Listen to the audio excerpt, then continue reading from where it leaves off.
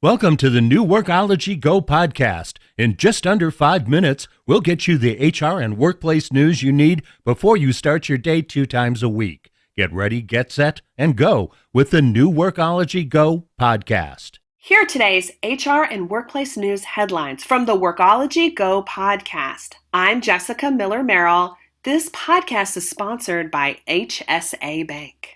In 2018, union membership rates for full-time workers, it was 11.6%, and that was about twice the rate of part-time workers, 5.4%.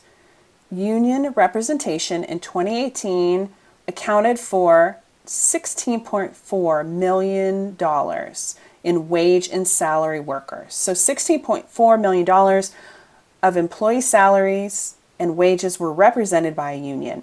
The union membership rate, which is the percentage of wage and salary workers who are members of unions, was 10.5% in 2018, down by 0.2 percentage points from 2017, as reported by the Bureau of Labor Statistics.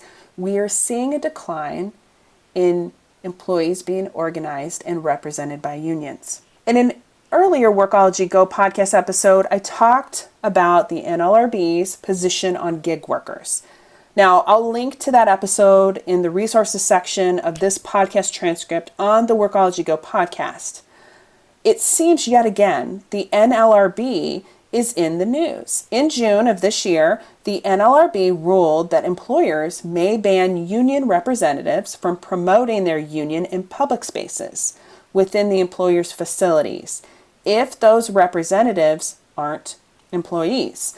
This decision overturns a near 38-year-old precedent that allowed non-employee union reps to use public areas of an employee's workspace, like cafes, to solicit for or promote union membership, so long as they weren't being disruptive. Having worked myself in a lot of different environments, especially in retail, I have had a lot of experience with union and non-union businesses. I have worked closely with unions in the past and have had my share of confrontations with over-eager union reps, with them inside of employee break rooms and other places. So I was surprised to see this particular change overturned. Today's featured article comes from Bloomberg, and it's titled, "Bosses Can Boot Union Members from the Cafeteria with Limits." I love the title, by the way. So how are unions reaching out to and engaging employees if not in employee public areas? Mike Vandervoort, the executive director of Q, weighs in.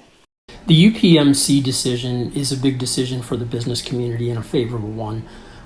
It basically is the board saying that employers now have the right to not permit union organizers or other activists from coming into public areas on their private property.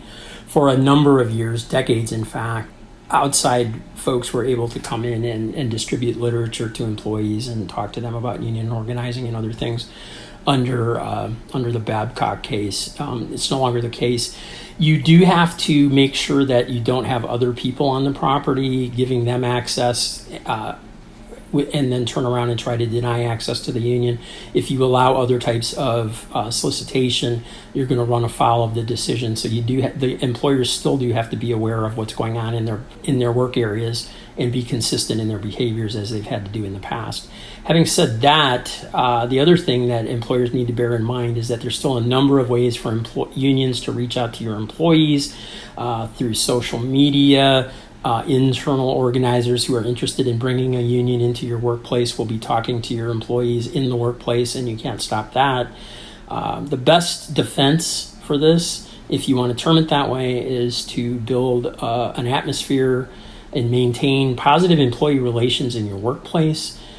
Treat people right, fairly, dignity and respect, equal pay, all the kind of things that are often talked about in the workplace now as for creating engagement is your best line of defense for this type of stuff. So bear that in mind and pay attention to the UPMC case and other board decisions that are coming in the near future.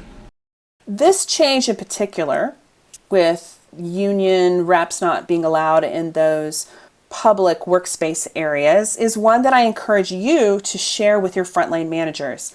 Again, this is a 38-year-old precedent, so the majority of leaders have no idea that this has changed. So it's important to talk to leaders and managers and give them steps to address if a union leader is found in one of these now prohibited areas. I see this change being the topic of discussion in thousands of upcoming manager meetings and leadership communications to come.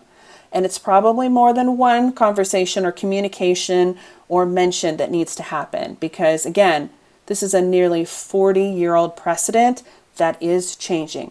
How will this impact your workplace? And how will it impact your managers and leaders? And specifically those union represented employees? Only time will tell, right?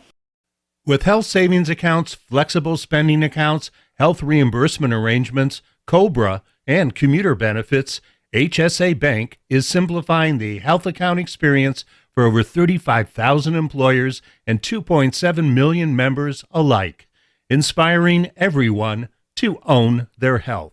Learn more at hsabank.com. And that's this episode of the Workology Go podcast, sponsored by HSA Bank. We're your go-to for HR and workplace news. I'm Jessica Miller Merrill. Thank you for listening. To learn more about the Workology Go podcast, subscribe to us on Apple, Google, and Stitcher. Our podcast is also available on Alexa and Google Home. Learn more at workology.com/Go podcast and access this episode's resources, links, and reports for more information.